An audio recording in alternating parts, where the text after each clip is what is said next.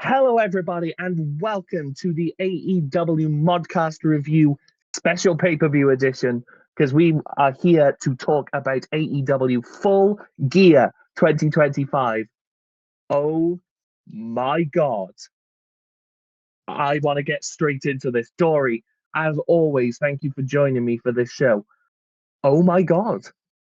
I know. Did anything happen? Anything was big? I was watching on Triller. No, I'm kidding. I was there. But yeah, this show was really good, really solid, really exciting at the end for reasons we'll get into. A little bit of spoilers. We're gonna talk about the main event first because that's really all anybody can talk about. I mean, there is plenty to say about the rest of the event. But this is one of those moments where we break a cardinal rule, where we don't start from the beginning or anything like that, because it's just it's huge. You got to talk about it. It's all people are talking about / crashing out about. Yeah, like we are very strict normally, especially with like dynamites and whatever. We start at the beginning, we finish at the end. This time we're starting at the end because we need to talk about the main event, the steel cage match between Samoa Joe and the at time of match starting AEW World Champion Hangman Adam Page. Spoilers, everyone. We have a new AEW World Champion. Like going into the show, there was so many matches that I couldn't necessarily predict. You know, I was like 50-50 on Carl Fletcher and Mark Briscoe. I was 50-50 on Brodido and FTR. I wasn't 50-50 on Mercedes and Statlander, but I thought there was a chance that Mercedes would win. This one, that I 99.99% convinced that Hangman was going to win. I don't know about you. Yeah, no, I mean, I am not a betting NB, but like I would have bet the farm. I would have bet the house. I would have bet the whole world safety on Hangman retaining. I was like, this is not nothing, but this is a semi-nothing rematch just with a step.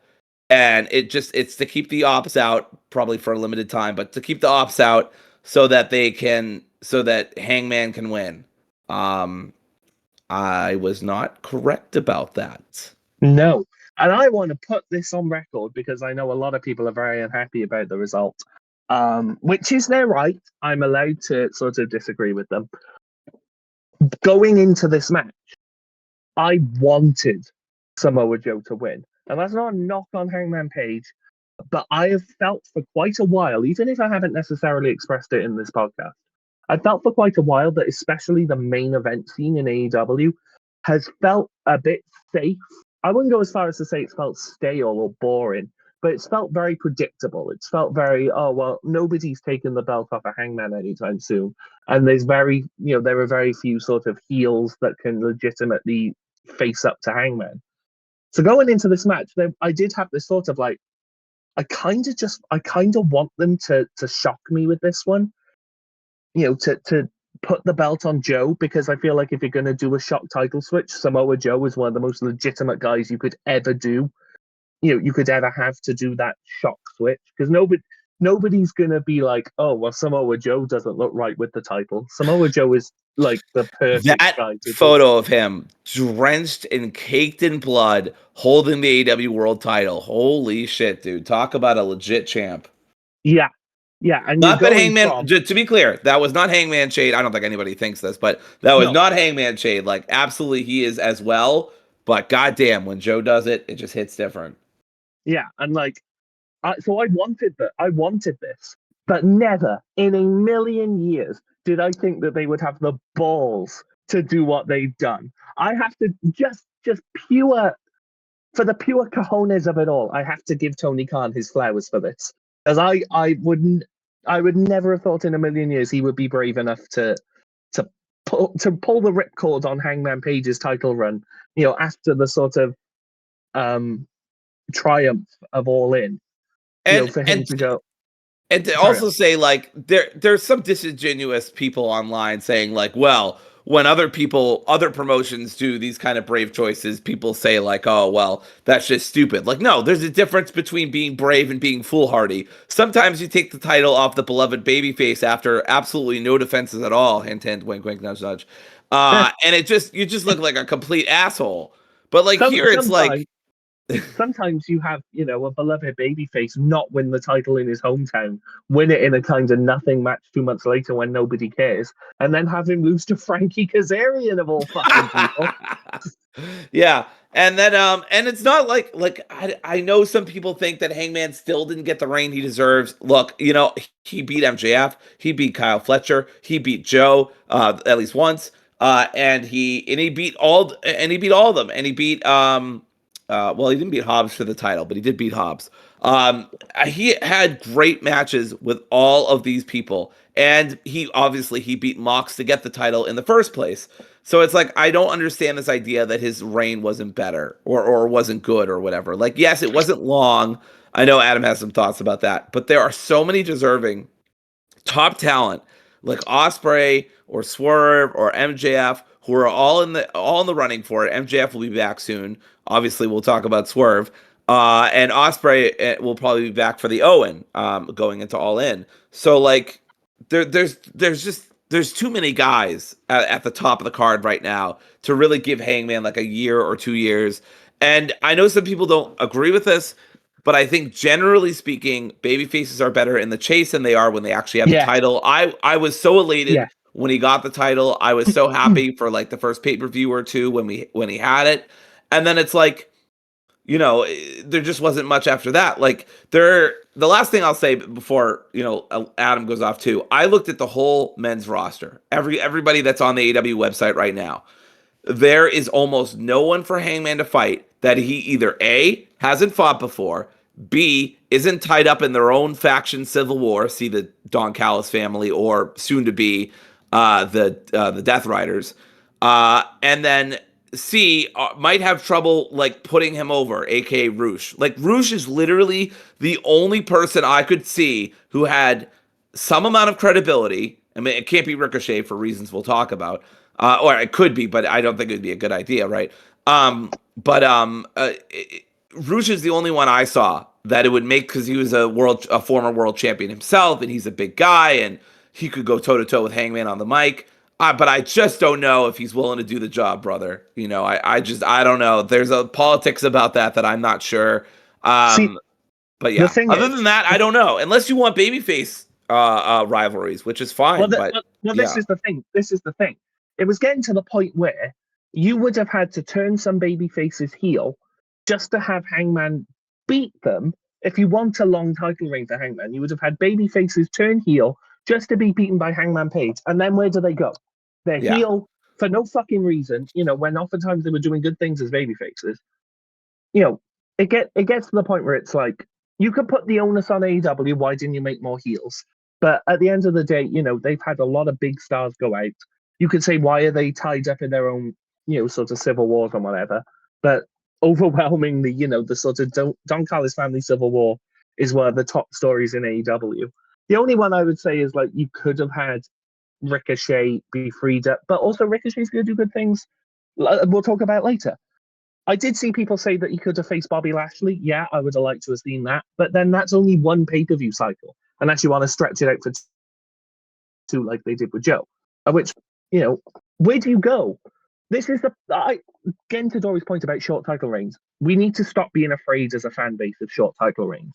I genuinely think this is a consequence of Roman Reigns. People have been so conditioned that, to be a really good world champion, you have to reign for like 3-4 fucking years, however long he reigned. And it's like, no. You go back throughout the annals of wrestling history, even like Hangman's reign of 133 days, sort of 10-20 years ago, would be considered a moderately long reign. There are some of the top wrestling champions in history that never got a reign as long as 133 days, and certainly never got a reign as long as 180 days, which is Hangman's first reign, I want to say. So, like, 197 days, thank you. So, like, where do you go from here? The Where other would you thing have gone too from here? is like his reign was full of excellent matches. Like I mentioned, the MJF match was incredible. The Fletcher stuff was excellent. Even the Joe stuff, which I wasn't as hot on, was super solid and very well done. And like, you know, I am one to admit when I'm wrong. And like, if they somehow, I don't think they will. I think TK's definitely got a plan here. Like waste Joe's reign, or it's not very good, or it just ultimately doesn't make much sense. Yes, I will be a lot harsher on this title change, but surprises in wrestling are so far and few between for me these days. I similar to Adam, I just have to respect it. I'm not saying it's perfect or that I wouldn't have had Hangman go longer. I think I would have maybe just have some babyface versus babyface reigns. I mean, he never fought Darby. He didn't fight. He didn't fight. I would have loved to see another match with Kenny. I know obviously extenuating circumstances with that, but I would have loved to see it anyway. There's some babyface matches you could have done. You know, you could have had him fight the quote unquote pillars, right, and have him fight Jack Perry. Not you, Sammy. But I was gonna say bold choice for you to be like, I would have extended Hangman's reign for a Sammy Guevara no, match. no, not what I said. It's like that meme where it's like, thank you for your service, you, not you, and you. But anyway, you know, if this is a waste, I will judge it much harsher, and I will admit I was wrong. But I don't think that's going to happen. And I think that the heels are busy, and unless you want a lot of babyface on babyface rivalries, which maybe you do, whatever. I'm not going to judge. I just don't think there's a lot here left for Hangman at this point. I mean, and not to mention, he's already fought the main heel faction besides Don Callis family, right? And he actually he did fight the Don Callis family too. So he's already gone through the two biggest factions in AEW, and he's come out victorious, right? I mean, his only other option is there to fight Takeshita, which, oh my God, I would love, but Takeshita's busy with Okada. I would also love for a Hangman to fight Okada, but guess who's Okada's busy with? So it's I think we will get a Hangman Okada match for the world title. I just don't necessarily think Hangman will be the champion. yeah. So anyway, there's a lot of shit to discuss in this pay-per-view, but we wanted to talk about this first. Yes, because I know a lot of people are crashing out about it. Yeah. But you're wrong, and you're marks, and you're soft, and Samoa Joe is better than your favorites. So fuck all of you. That's right. Reasonable, moderate, mild takes here at slapping Modcast my Podcast. dick down on the table. Fuck every single one of you. I hope somebody clips that. No one will. I definitely won't. But man, all right. But yeah, this was a really great pay-per-view. We should probably go back to the beginning, and we can always talk about the main event later on too. But yeah, that was just the whole thing we want to talk about. Yeah, absolutely. So yeah, we'll start at the beginning. We'll start with the pre-show matches. Not a great deal to talk about here, especially the first match where it was the $200,000 match. Imagine it's only $2,000. Tony's like, I'm getting broke, guys. I gave up $1 million. Yeah, I know. Just like, guys, show's over. I'd love for it to be like, oh, we had to cut a wrestler because I keep having to give the Young Bucks sort of $100,000 matches. Yeah. I think that's probably why Blake Christian hasn't got Loving on Me yet, just because he keeps having to pay the fucking bucks. At this point, Tony should just pay the casinos directly. But yeah, we should talk like $200,000 match. It was the Acclaimed versus the Bang Bang Gang versus Big Bill and Brian Keith versus the Outrunners. This was a fun little match. It didn't do much. It was there. I mean, you were there. Was there anything? I thought it was fun. There was some cool stuff going on with the Unacclaimed. I like Juice and Austin doing their thing. Some people near me, bless them, were trying to get a large William chant going, and I did try to help. But it was to no avail. And of course, the Outrunners were a lot of fun. A lot of people did. You son of a bitch. Hey, yeah, Big Bill chants only work in Cardiff, I'm afraid. Yeah. Sorry, we kind It's of like that. It's like that old myth about like in Super Smash Brothers when you play as a character on their own home map. You know, like they get like a 10% boost or whatever. Like Big Bill only gets that boost in Cardiff, Wales for some reason, even though he's from New York. I really hope he makes an appearance on that show. He has to, absolutely has to. I'm hoping Jeff Jarrett also, just for you, Adam, just for you. Yeah, I'm going to be there, so hopefully. Yeah. We'll talk about. Well, I mean, we'll briefly talk about Eddie Kingston and Hook versus the Workhorsemen. Not this. This was like a 1 minute match just to get Eddie Kingston. Good and Hook Lord. in I that swear to same God, I looked away, thought about going to the bathroom or getting food or some shit, and then the match was done. I know. I literally said I was going to use this as a piss break match, but I didn't even have time to piss. Yeah. Like This was shameful. I don't even know what the fuck this was doing on the card. Yeah, it just happened. We don't need to talk about it. Yeah. But we do need to talk about the next match, which is RPG Vice. Fuck all that. Roppongi Vice, Rocky Romero and Trent Beretta versus Big Boom AJ and QT Marshall. Boom and Doom. And guess who's going to be Boom and guess who's going to be Doom? It'll be tough, people, but I'm sure you can guess which one of us is Doom. I just like this match. It's harmless fun. And everyone. I felt very harmed by the end of it, so I just want to contest that very strongly. Hey. Big Justice hit a better diamond cutter than I've seen a lot of people. I will give him credit. I popped for the diamond cutter. I was like, damn, that's a solid diamond cutter right there from Big Justice. Did you see that DDP acknowledged him on like Twitter? I didn't see that. That's fun. I even went on Twitter a couple of times against my better judgment. So that's cool. But yeah, like it was a fine match. You know, it was very hokey, as all of the Costco matches are. But it works because Sam's, one bitch in section 3 went nuts for it. Yeah, see, I even remember which section you're in. I'm a very good friend. Stalker vibes. Row 13, by the way. What the fuck? You told me. I have a good. I did. I told Brent. I told Brent because we were gonna meet up, but it didn't end up happening. He'd rather go hang out with fucking Jacob. So. But yeah, I can't help but like this match. Roppongi Vice did a very good job as sort of shit heels. I always pop every time Big Justice hits a move because he does it so well. I was really hoping he'd do another spear because like he genuinely has a very good spear. Yeah. Take notes, Jay Uso. But like 4 letters, 1 word. Shit. That's right. I'm glad you had a finish to that joke because I just had the beginning. So.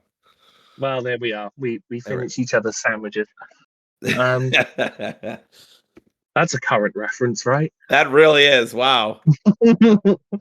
But yeah, there's not a massive amount to talk about in this match. I just wanted to spotlight it because I know Dory hates the Costco guys, and I love them. Yeah, I just find them very annoying, and the whole gimmick is dumb, and it goes on forever, and it drains my brain, what's left of it. But I will say the last couple spots were fun. I don't know why. I laughed so hard. I'm gonna keep talking over this. I laughed so hard when Big Show came out because just no respect. Whoa! What did you just fucking? Sorry, when Paul White No More BS came out. And I was like, why the fuck is he out? And then I heard the fucking song. I was like, God damn it. Apparently there's this whole fucking lore why Boom and Doom are together. I couldn't be fucking arsed to care about that. So yeah. I do love the ongoing thing that Paul White is just the Rizzler's chaperone.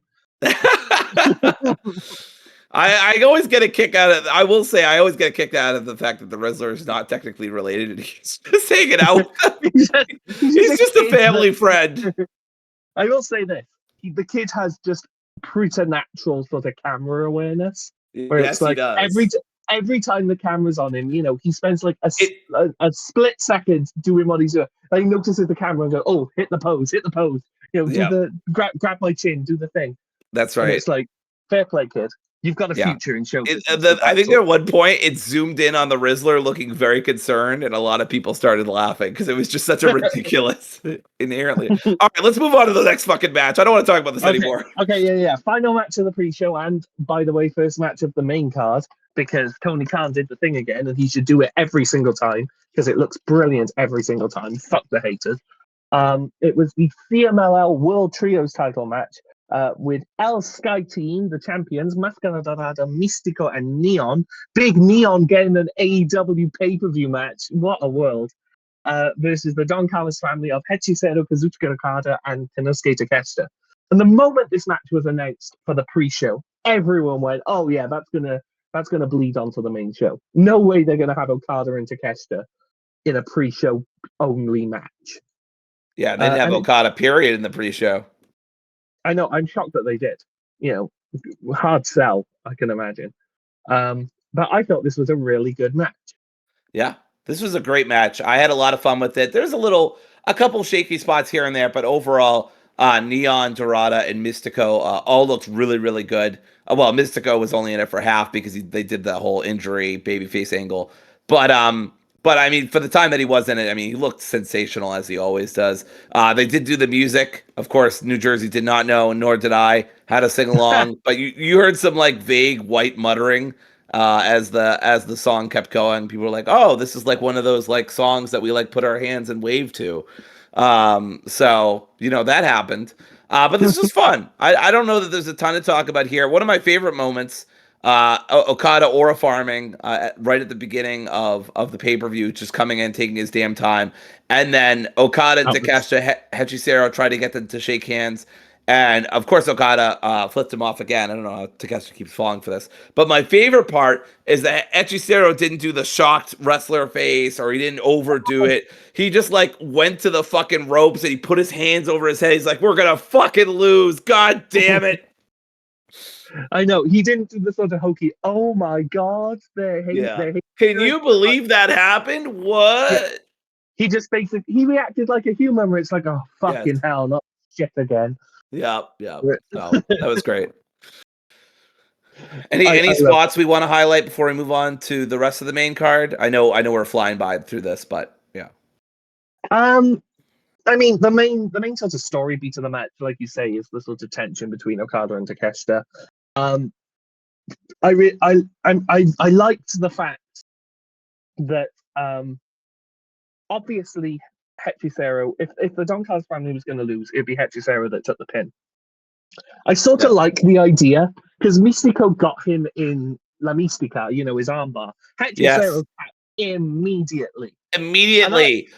And I really like the idea that he did that basically because he was like, "I'm not breaking my arm for these two fuckers." Yeah, absolutely. They pissed me off too much for this. No, you're not breaking my arm for these two bastards. Yep. Absolutely. There's a little bit of Takeshita and Okada hitting each other, quote unquote, by accident, and Okada hitting Takeshita on the back, quote unquote, playfully or with serious intent. Just good stuff in general here. I thought it was a great match, and Místico tapped out Hechicero. This was the first match where I was like, I thought that maybe the other team could win. Like I wasn't like it wasn't 50-50. But I know Okada and Takeshita have tensions, but I was like, well, they could do this if they want to further the tensions with belts involved and yada yada. But I'm like, but I don't think they will. And then they didn't. So, but yeah, that was technically the first match of the card. And then we move on to Pac versus Darby, which was awesome. Oh my God! Like coming into this show, for me, this was one of the sort of lesser hype shows of the year, or of AEW in general. Their pay-per-views. But I thought, oh well, Pac and Darby's going to be good. Pac and Darby to kick off, the sort of the first all pay-per-view match of the card. Oh my gosh, I knew that Pac and Darby was never going to be bad, right? There's no way in hell that they're going to be bad. I did not expect them to go as balls to the wall as they did, but also balls to the wall in a very specific way. Because as the match started, they started doing a very sort of ground-based technical style. It's similar to, if anyone remembers, sort of 4 years ago or so, MJF versus Darby kicking off Full Gear in 2021. Where they had this sort of very, very technical, very sort of mat-based start to the match. that was excellent, by the way, because both MJF and Darby are fantastic wrestlers, and both Pac and Darby are fantastic wrestlers. And then, just as I'm sort of pontificating about, I really appreciate them sort of having this technical wrestling match because Darby's a really good technical wrestler, even though he doesn't get to show it. Pac gorilla presses him 10 foot in the air and slams him back, like flat back on the mat on the floor. And the thud was absolutely bone rattling. And I was like, oh, no, fucking never mind. Okay, they're just going to. Darby's like, okay, we've got the technical stuff out of the way. Now it's time for me to kill myself. Oh, what a! Was there anything you wanted to say? Because like, my favorite thing wasn't even in the match itself. It was our editor saying that, wow, I love how technical and grapsy this match is. And after that, they never did a goddamn graps move. Well, they did, technically. But for a long stretch, they didn't. Darby just got thrown here, thrown there, drop kicked here. It was brutal. It was amazing. I saw this deranged take on Twitter where someone was, again, my mistake to go on Twitter, where someone was like, it's bad, actually, that people were saying this is awesome because it means they weren't invested in the storyline of Babyface versus Heel. I'm like, fuck you. Like, the match was awesome. It was really, really fun. And like you said, it gave me MJF Darby vibes because of the kind of, back to basics, fundamental wrestling at the beginning of it. So yeah, I mean, it was a lot of fun. Let me see if I can come up some nifty chain wrestling. That's what AEW calls it, by the way. Nifty chain wrestling. I loved when when they were exchanging holds, and then Darby got out and tried to apply like a Scorpion Deathlock or whatever, or like a Boston Crab or some shit. I thought that was really cool. Yeah. Like so the thing that the really big moment was when he pulled off the bandages. Darby came out in one of the few. Oh, this is our grifting. This is where we grift. Adam, pay close attention. Darby did one of the very few kind of DC references throughout this whole pay-per-view, even though the whole pay-per-view is brought to you by DC apparently. And Pac pulled off the bandages and gave him like a, I don't know what the culturally appropriate language is here. Gave him a pinch. He pinched the skin really hard and rolled it back and forth. There are words for this, but I don't really know if it's kind of outdated at this point. Okay, but Wikipedia calls it an Indian burn. In the UK, it's a Chinese burn. I don't know if there's anything that isn't sort of referencing an ethnic group, so we're just going to go with that. Yeah. But everyone knows what we mean. It was of all the spots, Darby takes that sickening fucking turnbuckle bump where he sort of slides through the turnbuckle and smashes his spine on the steel post. He does that every now and then, and it gets me every time. And yet somehow the most sickening thing in this entire match was Pac just giving him all these Chinese burns on his bad taped up wrist, and it's like, oh Jesus Christ. Yep.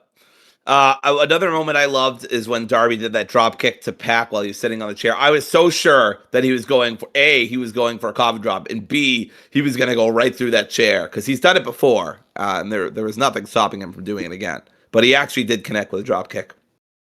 But speaking of coffin drops, when Pac caught him and went for a German suplex, that was really good. And then got him in this hold. He got the brutalizer in. And Darby did the weakest, flimsiest rope break I've ever seen in my life. He very limply touched but it was great. It put Pac over a lot. And then a bunch of distraction, interference, and confusion, leading to the finish. So, but this was really great. I did like the fact that Pac, has solely, very specifically bought into the Death Riders sort of methodology, where it's he was in the Scorpion Deathlock, he couldn't get out, he knew he had to tap, but instead he was like, nope, get Wheeler, I need help. I can't. It was very sort of recent mock in its execution, where it's he knows that he can't get out of it, so he sort of has to stop the match in another way. And Wheeler Yuta comes out, slips the bat, Darby's baseball bat into the ring. Pac hits in with it and gets the pin.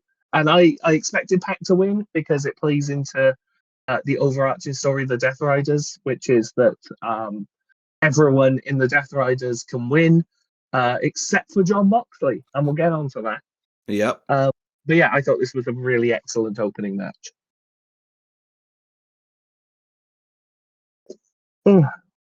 Was there anything you wanted to add? Oh, no. I think that's about it. Oh, I love that Pac went for the Black Arrow because we haven't seen a lot. I haven't seen that in a long time. He still looks. I don't know how the fuck he did it so effortlessly. Man's like nearly 40, isn't he? Or yeah, he's 39 years old. And he's built like a fucking brick shit. I must have commented on his back muscles like 5 times. Kim's like, Dory, I heard you the first 3 times. I was like, but look at them. Look at them. Oh, I know. He's incredible. He really is. Anyway, yes, we'll move on to the women's tag team 4-way match. The winners picking the stipulation for their semi-final match in the tag team. This was very convoluted, but whatever. It was the 4 semi-finalists left in the tag team tournament. The Sisters of Sin, the Babes of Wrath of Harley Cameron and Willow Nightingale, the Timeless Love Bombs of Toni Storm and Mina Shirakawa, and team name unknown of Marina Shafir and Megan Bayne. I thought this was a good match. I don't think it was anything spectacular, but I thought this was a really good match.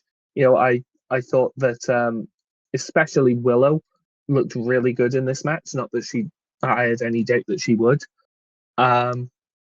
Yeah, what did you think of this? I mean, you were there, so you. Yeah, my impression is that I expected Toni and Mina to be over, but I didn't realize how fucking over Babes of Wrath were. Holy cow, dude. They were over. And it makes sense, right? When you think about it, just on a basic logical level, right? It's one of the biggest baby faces of all time in Willow Nightingale with one of the newly best baby faces in Harley.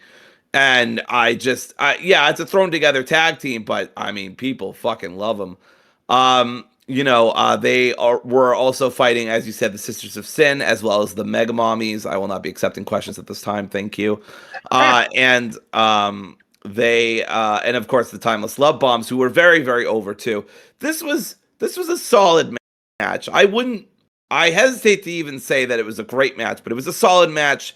I don't know that it really should have been on the pay-per-view. It kind of brought down proceedings, which I hate to say, by the way, because a lot of the women in this match are talented. It's just that there's a lot going on, and I just think from an experience perspective, it's not a match type that the women in AEW are used to doing. And by that I don't mean tag team matches. I mean a 4-way tag team match, right? Which is a whole lot more complicated. So obviously the way you learn how to do that is by experience, but so I don't have a problem with that.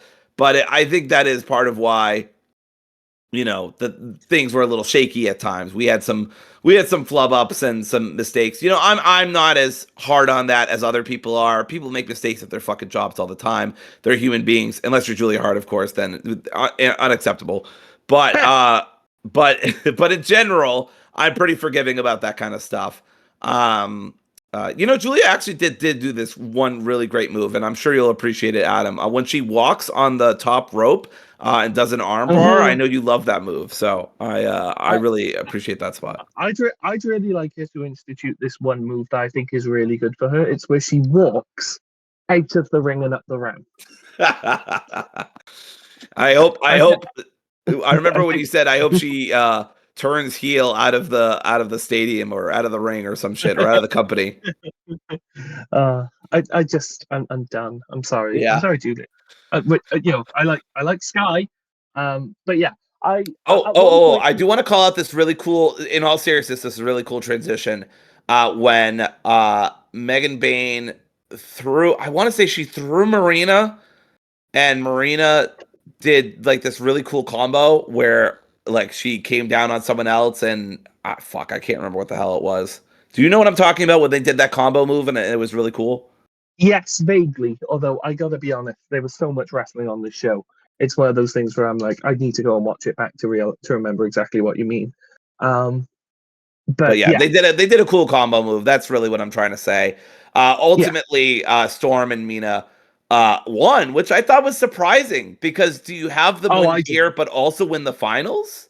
I didn't think this was surprising purely because they were the only ones that had got time, promo time to be like, oh, which stipulation are we going to choose? Type A death match. And I was like, okay, well, if you don't have a Type A death match at this point, it's a bit surprising. So I was like, sure, yeah, I guess that's true. So yeah, I expected it. At one point during the match, I did think, oh, maybe they have I thought maybe they had like Megan Bayne and Marina win just so they could be like, yeah, because they're facing Tony and Mina. I thought they'd be like, yeah, we're fine with a Type A death match.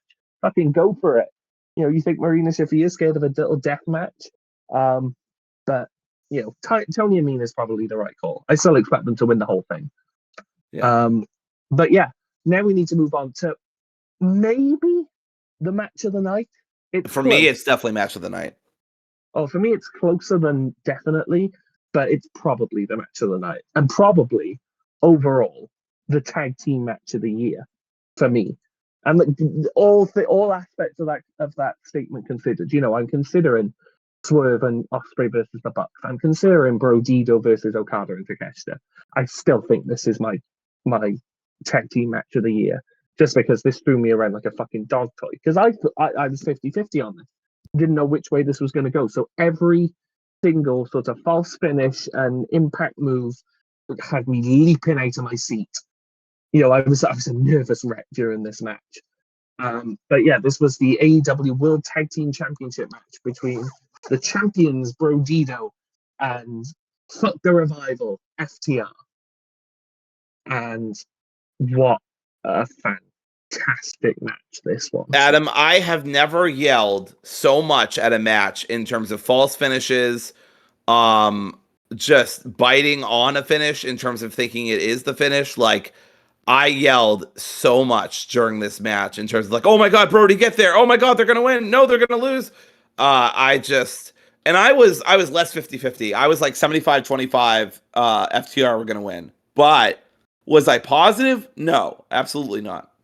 I had a good, strong bit of doubt, and that really carried me throughout the match. This was an incredible match. It's not my... I don't think it's my tag team match of the year, but it's damn close. It's absolutely top 5, top 3 contention. I don't know off the top of my head all the tag team matches I've given 5 stars.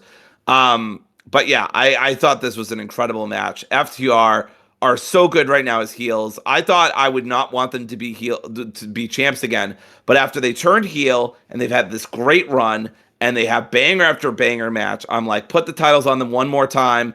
And let's have them, fight Old Man Cope and Old Man Christian and Cope and Cage, CNC, and see how that match goes. I think it'll be a lot of fun. I think it's going to be down the line. I don't think it's going to happen immediately. I think FTR are probably going to have some bangers with Speedball and Kevin Knight and Jurassic Express and like some other teams too. Like I don't know. Like maybe they'll even fight the Unacclaimed. I don't know.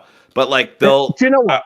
Do you know what? It would not surprise me in the slightest, and I don't know why I think this, but it would not surprise me in the slightest if they don't drop the belts to Cope and Cage. I don't know why, but I'm just thinking like, what if they did this because they want to put the belt on probably the most over team in the division, which is Jurassic Express, but they don't want to beat Brodido for it. Yeah. Like, what if they just did that? And because I've been full throated in my belief that Cope and Cage do not need the tag belts. Like, they really don't. Especially nowadays with the tag division in such good sort of, in such good life, such a revival, pun intended, that they've had. But yeah, I don't know. But FTR are the champs anyway. I expect it to be Cope and Cage, but I'm not mad about it because FTR fully deserve to be 3-time champs along with the Young Bucks. Like, that's poetry that the only 3-time tag team champions in the division are FTR and the Young Bucks. Perhaps the 2 best tag teams, maybe of all time. I don't know. That's probably controversial, but fuck it, I don't care. But let's yeah, talk about spots real quick, because I mean, this is one of those matches where it's like I would have a hard time describing everything that happened. Yeah, I mean, like I loved the teasing constantly of the Shatter Machine in like the first 10-15 minutes of the match. And all the reversals too were so good. Well, most of them were good. Yeah. Like all of the ways that Bandido managed to slip out of it was spectacular, including one where he slipped out of it, but then I think was it Dax managed to get him into like a power bomb on the on the ropes and stuff. Yes, I loved this one. And I kept saying to myself, like, how are they going to get caught out by the Shatter Machine? They know to expect it. FTR's been there almost since day one, right? Or I think year one, right? Year one or year two? Year one. And I'm like, they should know to expect the Shatter Machine. And then they kept reversing, like, oh, okay, good. And then eventually FTR reversed the reversal. They fear the reversal.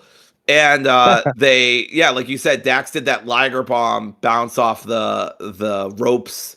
And then they did the power and the glory, which every time they do the power and the glory, I always yell the power and the glory, because it's just a fun. Me. There's part of me that says that they should finish a match with it one time, just because it's such a boss fucking like tag team move that you should just do it. Like I'm a big advocate of like when you have a really good sort of not transitional but sort of signature not finisher move, that sometimes you should just finish a match with it. It's like the age-old thing with nobody ever wins with a Blue Thunder Bomb. Well, people like Takeshita and Sami Zayn should win with a Blue Thunder Bomb because it's amazing. Yeah. And like Mercedes should win with the I'm ashamed that I know this, but Sammy was technically winning for like about a month or so until he just lost to Dragunov. He was doing but it wasn't a pure Blue Thunder Bomb. It was like a Yakuza kick into a Blue Thunder Bomb. It was like a double. Yeah, I know. But that's like if that's like when Cena did the attitude adjustment into that really shitty punch, and it's like, do you remember that? I don't remember that, and I was there for a lot of Cena's heyday. Yeah, like he invented like a six move of doom, which was like this really weird sort of faux kung fu punch because he was trying to market to China. And he finished a couple of matches with it, and it was dog shit. Wow. But anyway, sorry.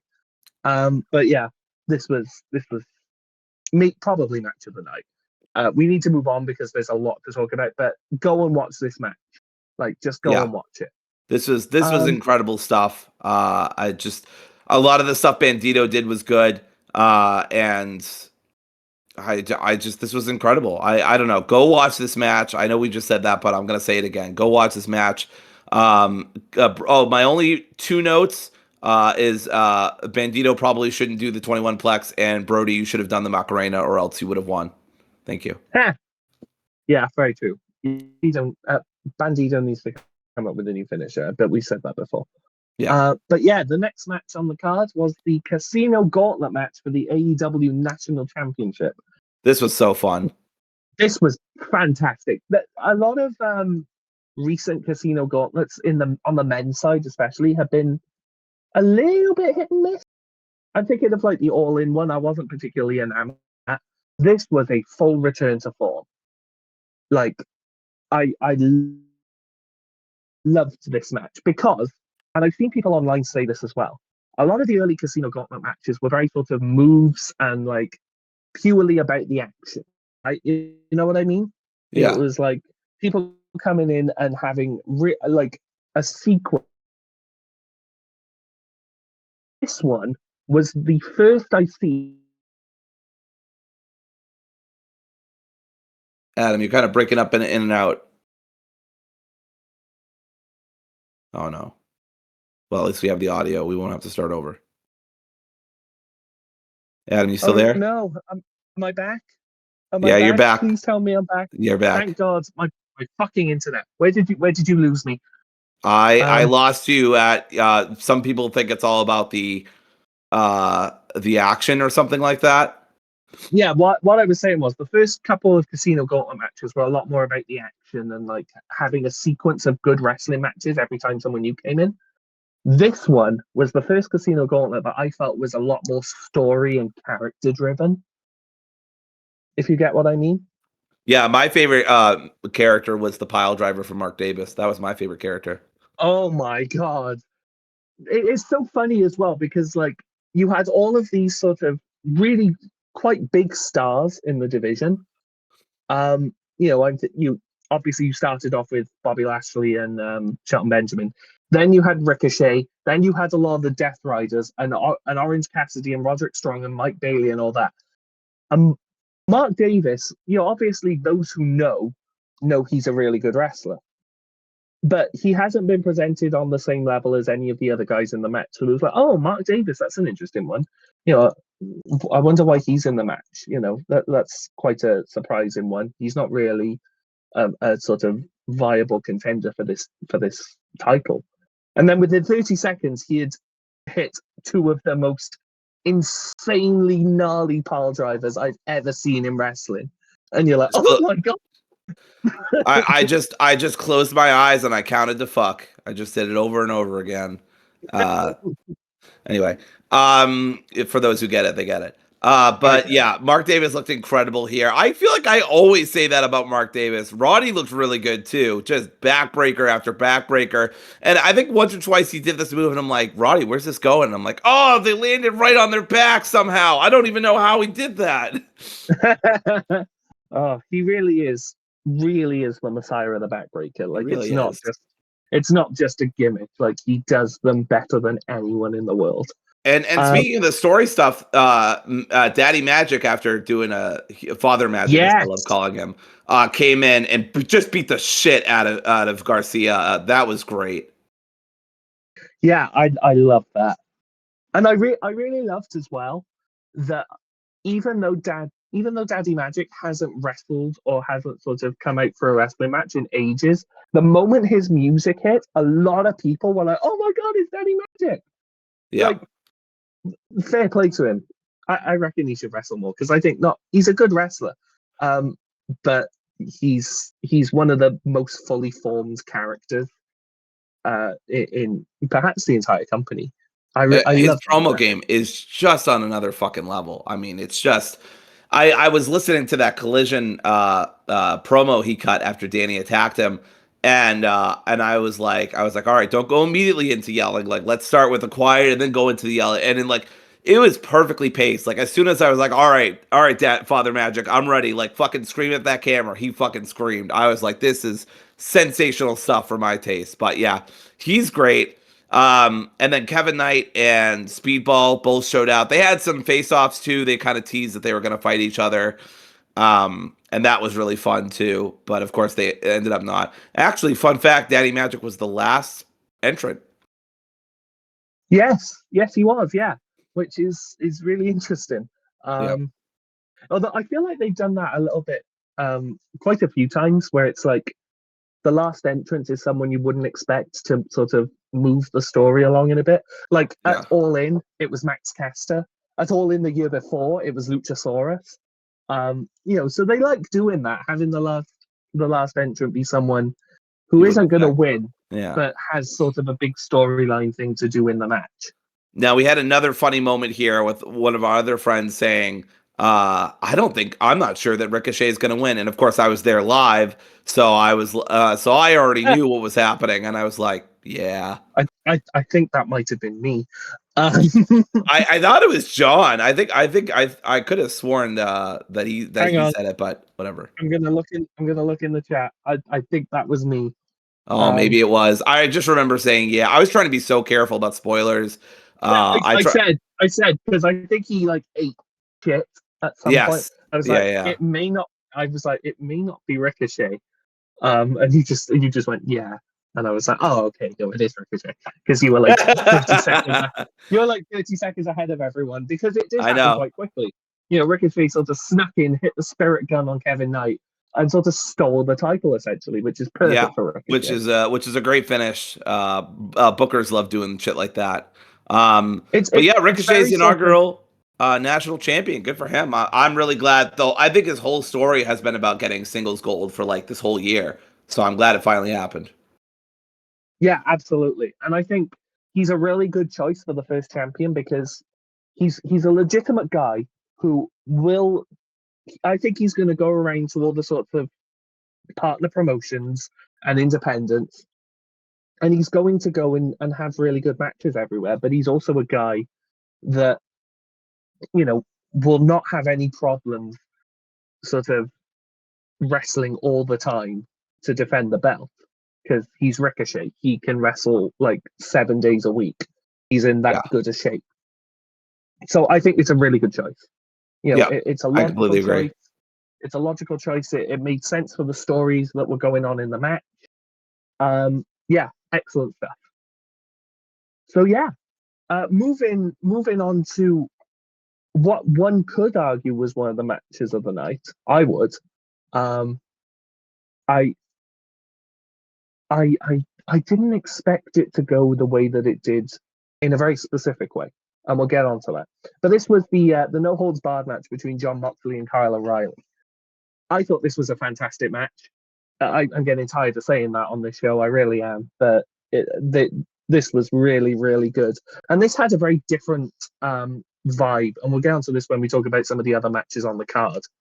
This had a very different vibe as a no holds barred match compared to a lot of the other sort of plunder matches on this card, which was when they say no holds barred, and a friend of ours, a friend of the show, B made this point in the chat where it was like, no holds barred traditionally means that it doesn't mean, you can go and use weapons or whatever. It just means that you can use sort of illegal moves.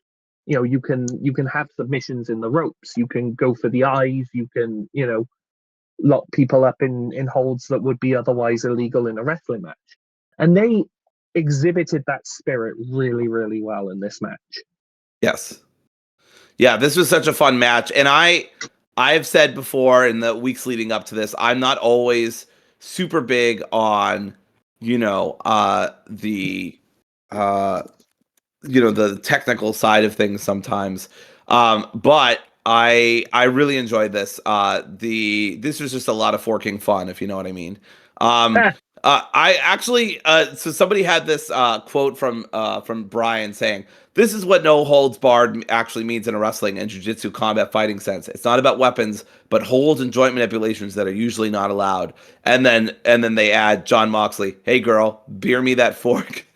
I know, it's like it was similar to Pac and Darby where like yes, in that match, I was gonna say that. Match, it was like, the moment that you were like, oh, they're actually working a very sort of, technical match. Then all of a sudden Moxley gets the fork and starts stabbing it in Carl's head. And it's like, oh, never mind. What was I thinking?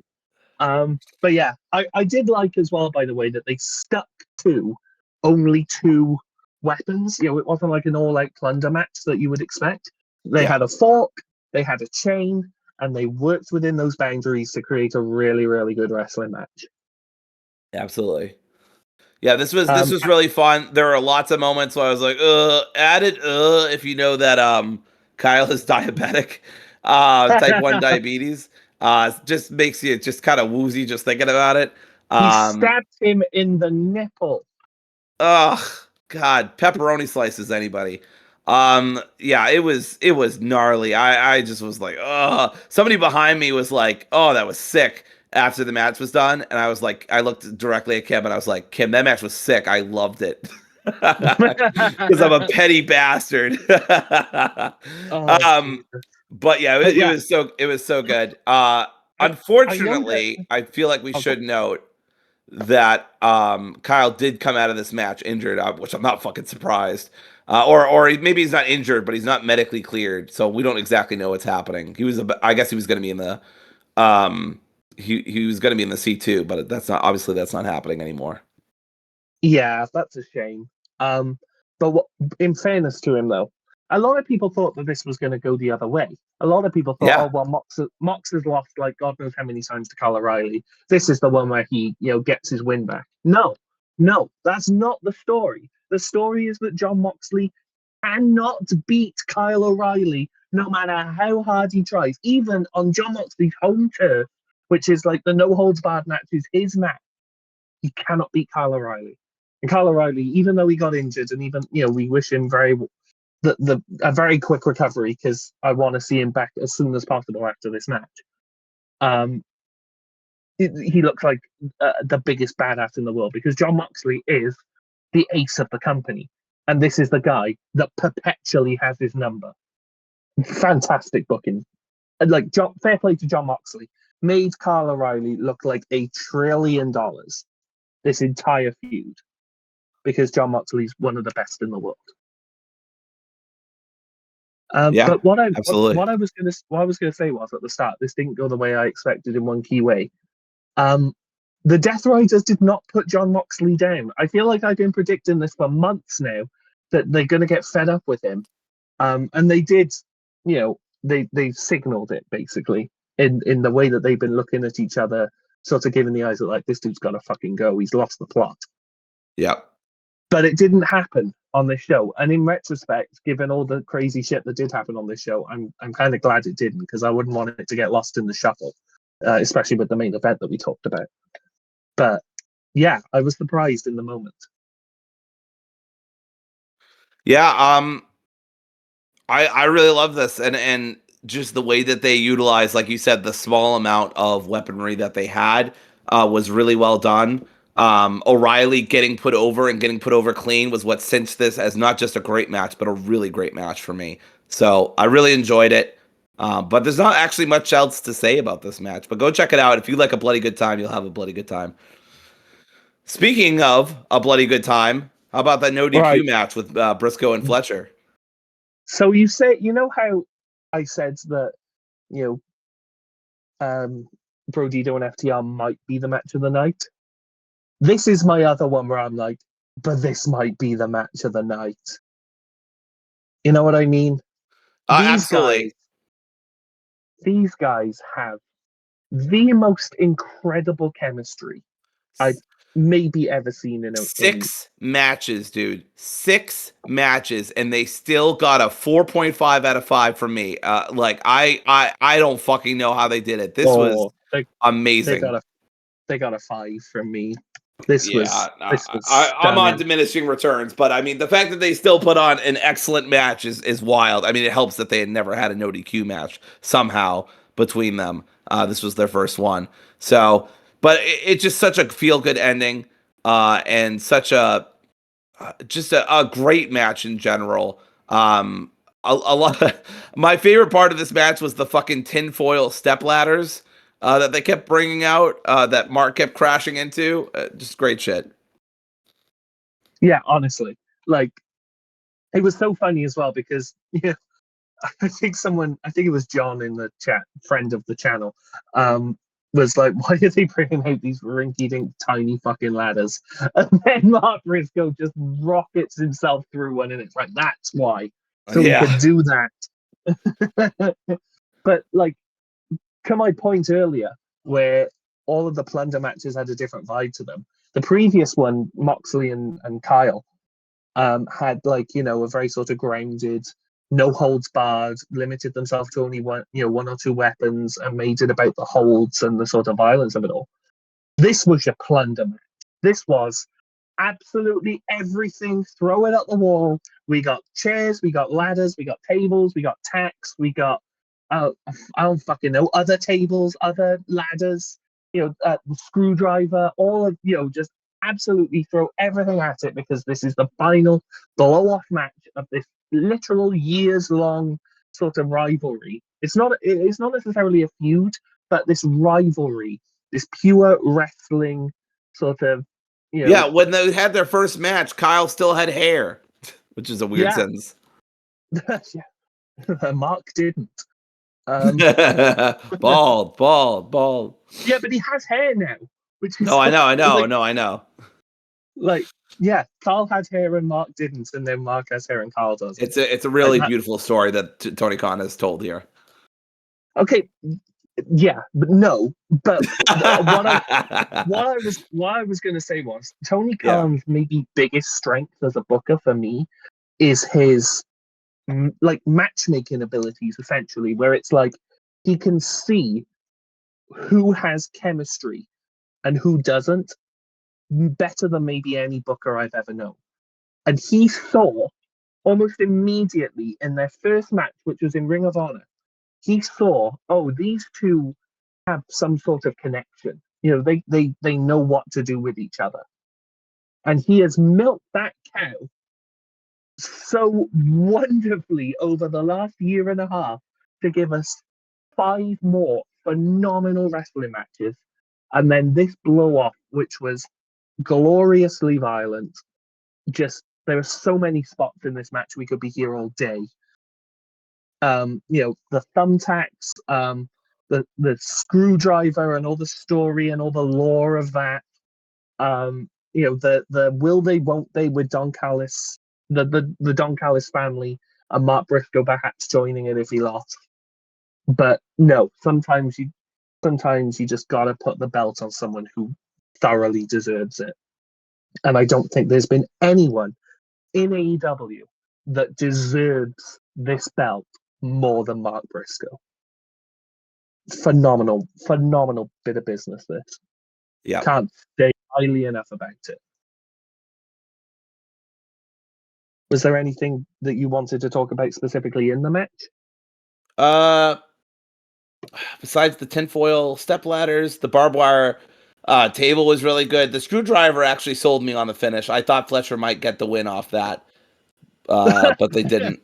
See, for me, that was more of a harbinger of the other way around, where I was like, okay, Carl Fletcher's not going to literally do a brain buster on an open screwdriver. Like, we're not literally. I know going when to he just murder I was screaming at the top. I'm like, that's murder. That's murder. If he goes through that, that's murder. I was like, that's a crime. And I knew he wasn't going to go through it either, but I thought he was going to get him with the screw, which he did. But I think Mark kicked out. So, well, obviously Mark kicked out if that did happen, but you know what I mean. Yeah. So yeah, just good shit all around from these two. Please never do this match again. I think we've fully and wholly run this dry well, this well dry. But I would just like Adam said, fantastic stuff. The only way I would be like, oh, cool, is if it's a couple of years later and it's in something like the Continental Classic, where it's like, oh, they're finally coming back together, you know, through the machinations of the tournament. We're going to get one more match. You know, I would love that. But yeah, in terms of like a storyline reason for, you know, storyline sort of raison d'etre for the match, yeah, we're done. This should be the finish of it. You know, Mark Briscoe has hopefully a really good run with the TNT title. This frees Kyle up to go and do better things higher up, you know, bigger things higher up the card. Would not surprise me in the slightest if he's world champion within a year, within like 12 months. And so yeah, this was really excellent. This might be my match of the night. The more I'm talking about it, the more I'm like, yeah, actually, maybe. But yeah, I don't know whether there's anything to add. Just I think we've said it all. This was a great match. Go check it out.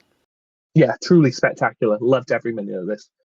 The following match, I thought this was an interesting sort of spot on the card. I'm not sure whether I would have run maybe, although I was going to say I would have run maybe Mercedes and Stat here, but also the crowd would have been sort of quite dead for this. You know, this wasn't a cool down match by any stretch of the imagination, because you cannot put Kenny Omega in a cool down match. He is physically incapable of cooling down a crowd. But this was sort of, in terms of a stipulation, this was one of the least consequential matches on the card, but I was still looking very, very much forward to it. And this was the $1 million match. $1 million on the line for, you know, the winner of this match. And it was Josh Alexander and the Young Bucks versus Jurassic Express and Kenny Omega. A match that we had, I believe, seen before verbatim, but not with this sort of stipulation. Am I right? Oh no, not this. Not with Jurassic Express. It was Brodido and Omega versus Josh and the Young Bucks. But I knew we'd had something similar. But yeah, what did you think of this match? Because I thought this was really good. But the main sort of talking point of it was, you know, after the match. Yeah, I thought this was a really great match. Lots of fun stuff happened here. Again, a couple flubs, but not a huge deal. I love that Danielson mentioned that Luchasaurus could become the world's richest dinosaur, and how happy he sounded about that. That was something I took away from after the show, of course, because I didn't hear him say that. But Omega looks great. And Omega doing, all of his usual shticks, the Snapdragons and the Terminator dive and everything See, else. for me, What were we gonna say? Omega looked great in this match, specifically because he looked like shit. And that seems like kind of, sort of, a bit odd. But let me explain. Kenny Omega, coming back from his diverticulitis at the start of the year, has had a bunch of matches. Gay Kid, he did had a phenomenal match with Gay Kid at the start of the year. But starting with the Takeshita match at Revolution, we started to see a new style of Kenny Omega develop, basically out of necessity, because he's beaten up, he's getting on. He spent a year out of the ring, which at his age is never going to be good, especially someone as known for being as explosive as he is in the ring. So coming back, he has worked a style that is far more grounded, far more sort of traditional wrestling style. And I think he worked it really, really well here, because almost immediately he hit, I think it was his sort of springboard crossbody to the outside that he does. I mean, loads of people do. He does it, Will does it. Loads of people do it. But he came up and started limping, and I shat myself because I was like, oh no, oh, for God's sake. I was like, no, not Kenny. For God's sake, not Kenny. Because obviously we just had Kota Ibushi go out, break his fucking leg. I was like, I swear to God, if we lose Kenny Omega now, I'm going to crash the fuck out. And so, he's graduated from the Danielson school of making the marks shit themselves by thinking you've injured yourself. And he worked it very, very well, to the point I was like, there's a spot in this match that exemplified it perfectly. He gets stopped going for the Rise of the Terminator by Josh Alexander, but he fights him off, gets them all out to the outside, and the crowd's going nuts. He's about to hit the Terminator, and the whole thing with the Rise of the Terminator is he's able to leap flush over the top rope, to flip over and hit the people on the outside. Couldn't do it. He had to grab the ropes. He had to leverage the ropes to flip himself over the top. And I was like, oh, that's really, really good work. That's a really good sort of story beat of all my entire career. I've been able to leap over these ropes, to hit my signature move. And now, because I'm old, because I've tweaked my leg in the match, I can't do it. I gotta use the ropes. I gotta letter myself in order to keep up with the people that are still in this, that are in this match that are younger than me. And I thought he was the star of the show for me. But the narrative that he weaved through this match, I thought was really, really good. Yeah, I'm just looking for spots, but I mean, honestly, I feel like we've talked about most of the big ones. Luchasaurus, of course, always looked phenomenal with the moonsault and with the destroyers going on. Josh constantly working over the leg, which actually made me feel better counterintuitively, because I was like, oh, okay, he's not actually hurt. I love the juxtaposition. I've just been rattling around in my head while you were talking. I love the sort of juxtaposition of me going, spilling out this narrative of Kenny, selling the leg, doing the limb work, working a lot slower, this sort of story or whatever. And you came to it, I'm just looking for spots. Look, I'm a spot monkey. I've never felt more like Jim Cornette than in that moment right there.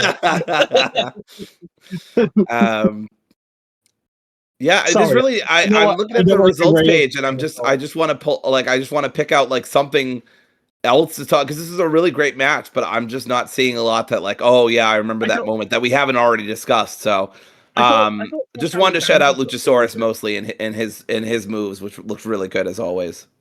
Yeah, I thought also Josh Alexander looked really good in this match as well. Yeah, a sort of the foil for Kenny Omega in this match.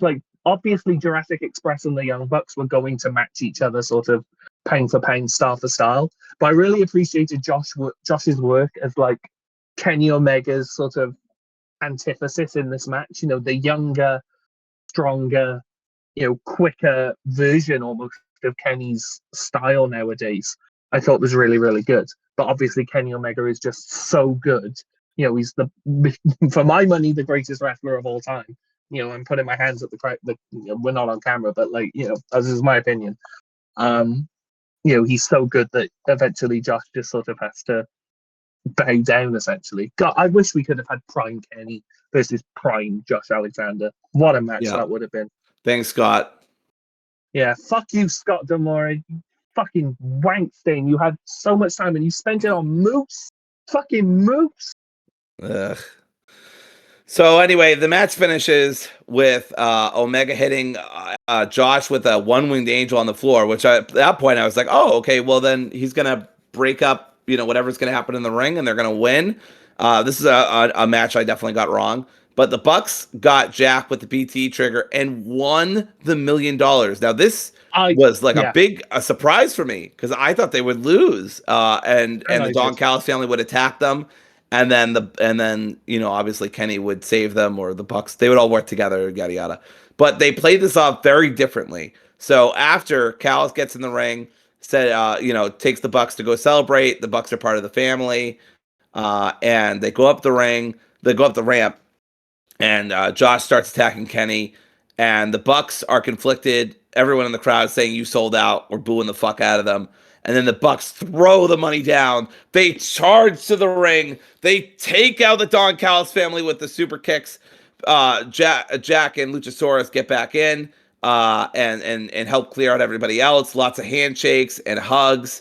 I was almost in tears. Nothing gets me more than fucking elite drama. I was so happy about this. I know, it's like, for all the people that are like, oh God, more elite melodrama. Elite melodrama is literally the foundation of all elite wrestling.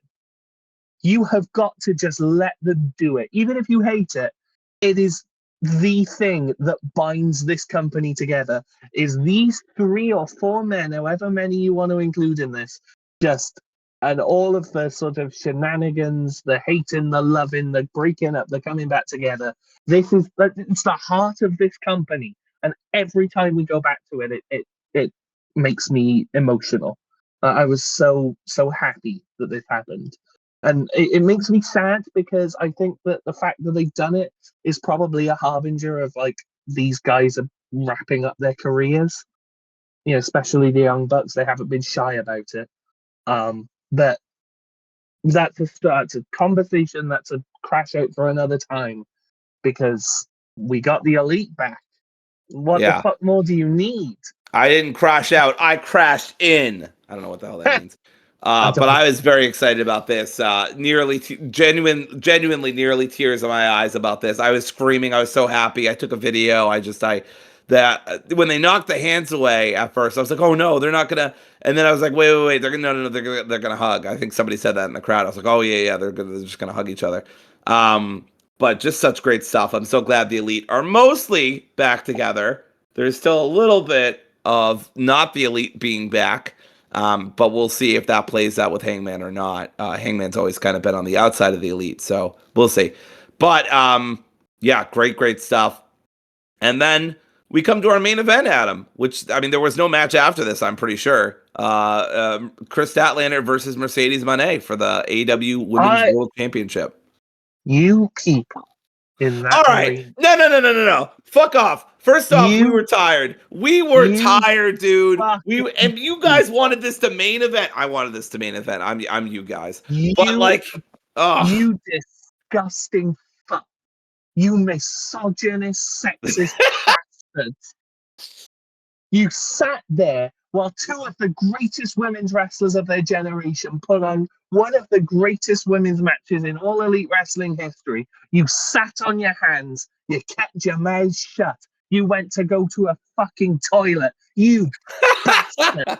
I hate every single one of you. Nuke the city of Newark, New Jersey. You Fucking wankers. Wow. Anyway, so I was really tired during this match. And also a lot of it was, especially during the first, I want to say 10, 15 minutes, was kind of slow technical work with Mercedes working over Chris's leg. And that didn't super grab me. I had already seen a lot of that throughout the night. Well, mostly Kyle O'Reilly and Moxley. Monkey. But when they did actually go ham, especially when Stat did that like knee to the ribs of Mercedes, that looked beautiful. The way the finish went brought it up a whole star for me. I just love this. This was an excellent match. There are better matches on the card, but I really liked this a lot. Statlander also did a little belly to belly at one point, which I'm sure just doesn't mean anything. So no, of course not. I want to shout out one spot in this match, which is that spot monkey. I know. No, but at one point over the last couple of weeks, I said something that I assume Mercedes must have heard, and she did this just to spite me. I said that I wanted people to do Eddie Guerrero tributes that aren't just the Three Amigos. I can't remember. She did it. I can't. What was it? It was someone did the whole hand the chair and then lay down as if like someone had been someone had hit them in the face. I think Red Velvet did that. Yeah. Yes, it was Red Velvet. Well, yeah, and I was like, I want that. I want them to do Eddie Guerrero tributes. If you're going to do an Eddie Guerrero tribute, that's lovely. That's great. Just stop doing the Three Amigos. Everyone does it. It's tired. Mercedes heard that and said, okay, what if I do 14 fucking Amigos? One for every title that she has, plus one because she thought she was going to be Women's World Champion. Fair play. Like, as she started doing it, I was like, oh, here we go. It's the Three Amigos, of course. And then she kept going. And then she kept going. I was like, oh my God, how the fuck is she even doing this? Because she was so exhausted after. It was super impressive. And it woke the crowd up too. To do three Amigos, to do three suplexes in a row, is tiring anyway.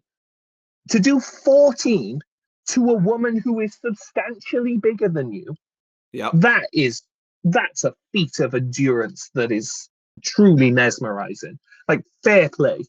I can't say anything other than that is spectacular. It's seriously impressive. But yeah.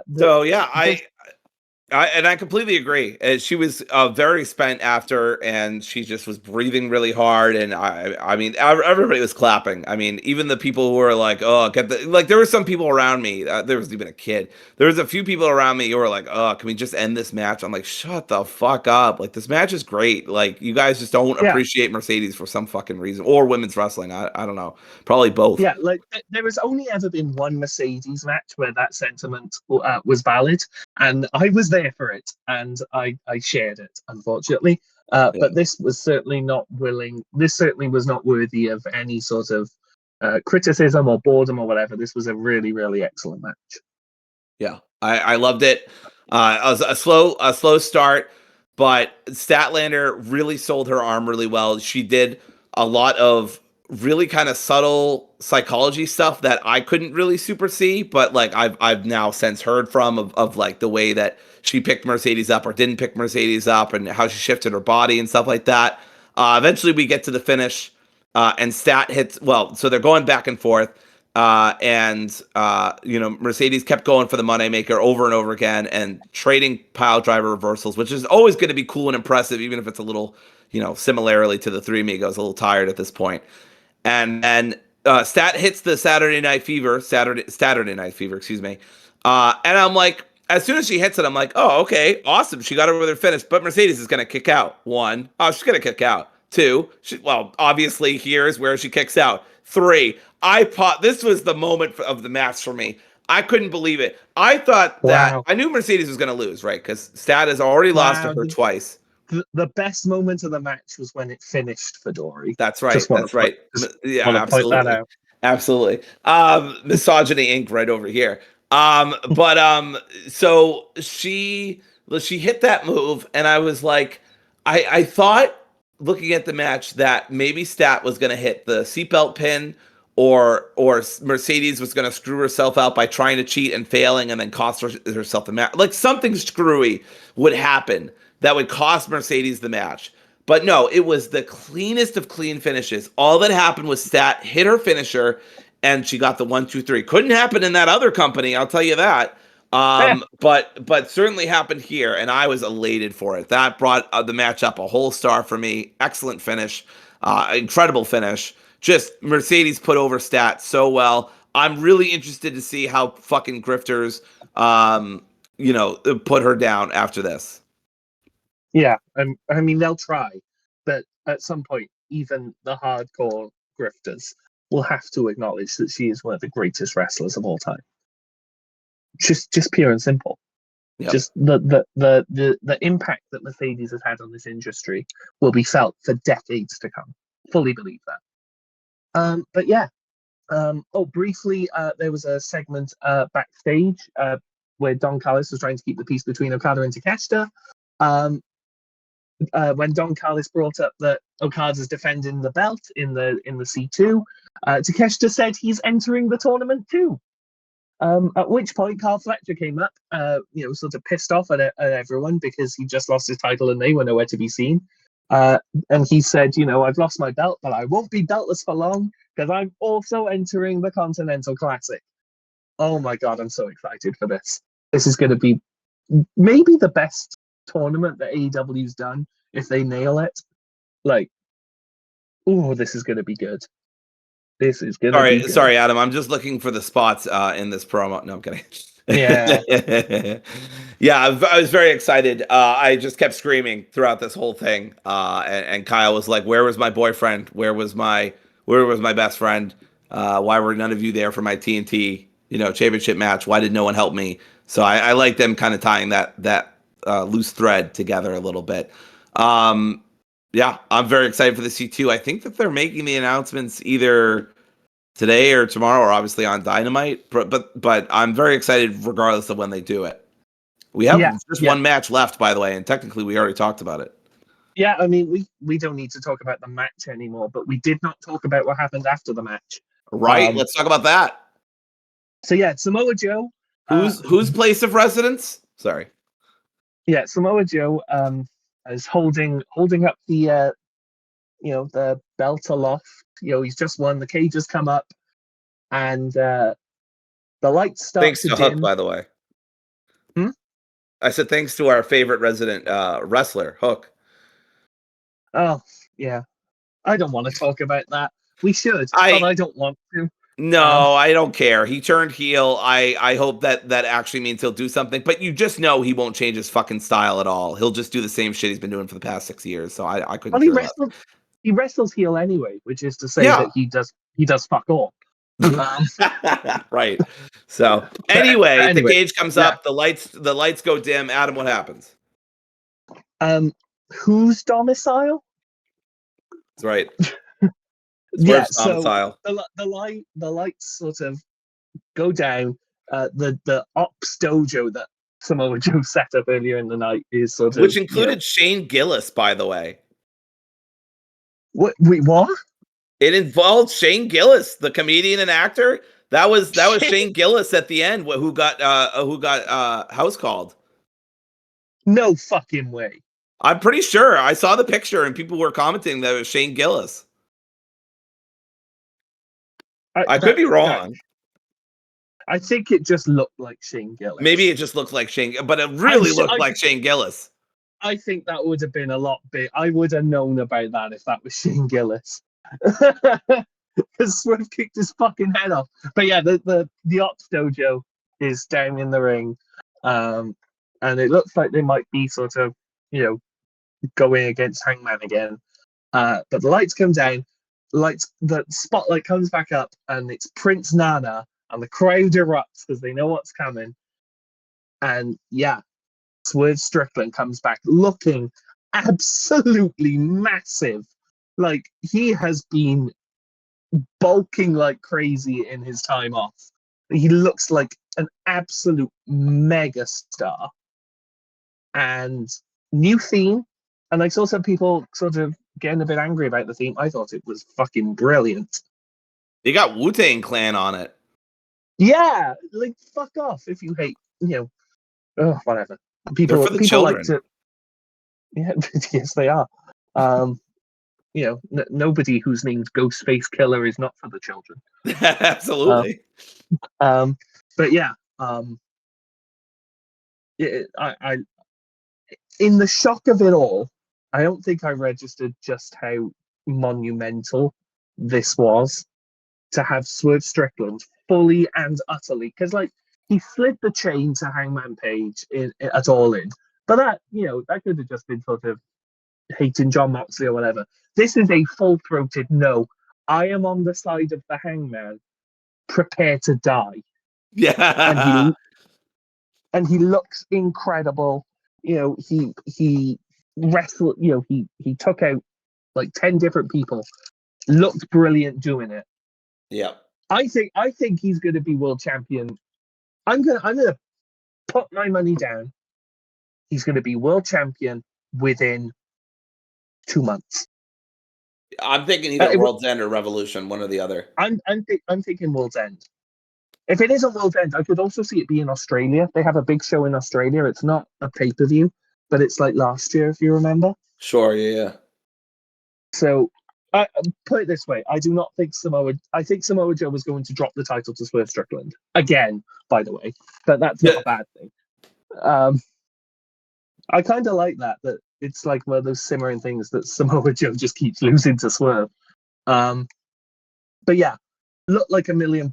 This was an amazing ending, a shocking ending, but an amazing ending to an amazing show.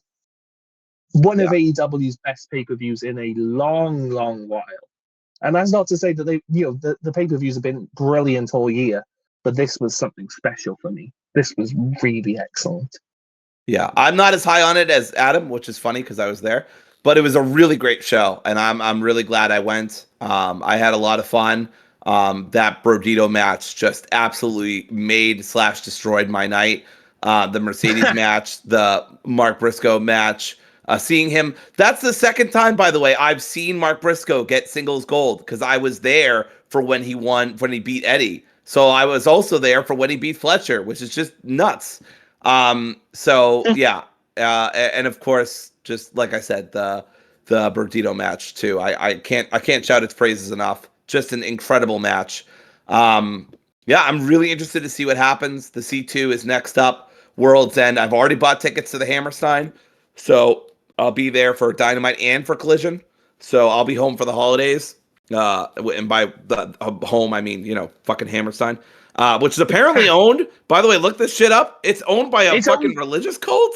It's called owned by the Moonies. By the Moonies. I had no idea. I can't. The fucking Moonies own Hammerstein. I can't believe that. I know, it's very strange, but they love Graps too. While their leader was trying to become Jesus Christ or whatever. So anyway, I full disclosure, I really have to go. So let's wrap this up. But yes, what a show. Check it out. Check all of it out if you haven't already. And yeah, keep rolling on AEW. Keep shocking me. Keep doing what you're doing. I love it all. But yeah, this has been the AEW Full Gear Modcast review. We will be back. There's been a bit of a problem with our uploads. They fucked us. YouTube really fucked us. They fucked on us. Yeah, where's that YouTube algorithm? It was trying to fuck on me. But yeah, so the last couple of episodes didn't upload. One was my fault, but the other was fully YouTube's fault. But yeah, this is us back. We will be back for Dynamite review this week. On Thursday or Friday, I can't remember which we do. But yeah, we're back. Join us for that. Dory, thank you for joining me. I know you got to run. You got to head off. So yeah, I don't know whether there's anything you wanted to add before we go. I'm really excited for the C2. Really looking forward to the Hammerstein shows. Thanks for tuning in. Also want to give a shout out to Rob from Jersey Championship Wrestling, who I got to meet and have breakfast with, as well as my friend Brent. really cool talking to him. He said he'd go check out the podcast. He actually asked for the name of it. So Rob, I have no idea if you're listening, but awesome talking to you, dude. He's been doing commentary for like 25 years. So the stories that man had, I could have sat there forever if I didn't have to go back to fucking New Hampshire. So yeah, shout out to Rob if you're listening. And yeah, I'm really excited for Dynamite, which is only a couple days away. Yes, absolutely. And shout out to Brent, former contributor to the channel. He's done done a couple of these. But yeah, thank you very much to everyone for watching. Like, subscribe to all the things. Thank you very much. And goodbye. Bye.